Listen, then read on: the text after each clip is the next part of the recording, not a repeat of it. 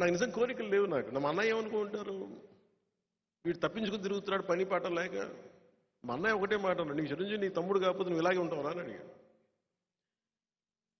నువ్వు చిరంజీవి తమ్ముడు కాబట్టి నీకు అన్నీ చెల్లేస్తున్నాయి, నీకు నిన్ను ఉద్యోగం, నీ తల్లిదండ్రులు పోషించక్కర్లా, నీ అక్క చెల్లెళ్ళు బాధ్యతలు లేవు, కుటుంబ బాధ్యత లేదు, నువ్వు ఏ యోగ మార్గాలు ఏ ధర్మాలని చెప్తారో నువ్వు ఓ పని చేయి, నువ్వు అన్నీ సాధించి అప్పుడు చెప్పు, అప్పుడు నీ కథలు వింటాను. ఇప్పుడు చెప్పాలంటే మన దగ్గర మాకు ఆ అవసరం రాకుండా పోయింది. ఇప్పుడు అంటే అప్పటికి ఇప్పటికీ నేను ఒకటే వ్యక్తిని. నాకేమనిపించిందంటే యోగ మార్గంలోకి వెళ్ళినా స్వార్థం అనిపించేస్తుంది నాకు.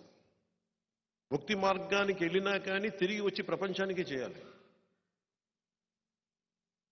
సో దాంట్లో భాగంగా సినిమాల్లోకి వచ్చా. సినిమాల్లో ఇప్పుడు మీరు చూసిన పాటలు కానీ ఇవన్నీ కానీ నా లోపల దహించుకుపోతుంది, నా వేదనది.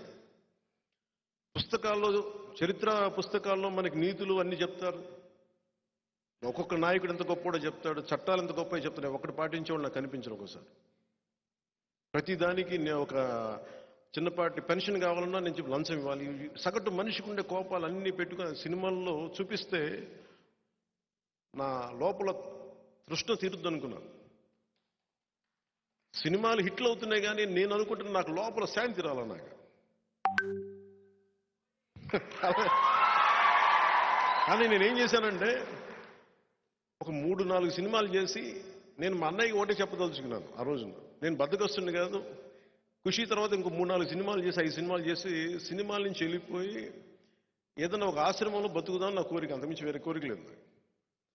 భగవంతుడు తప్ప అన్ని ఇచ్చాడు నాకు. నేను కోరుకుంది ఇవ్వలేదు.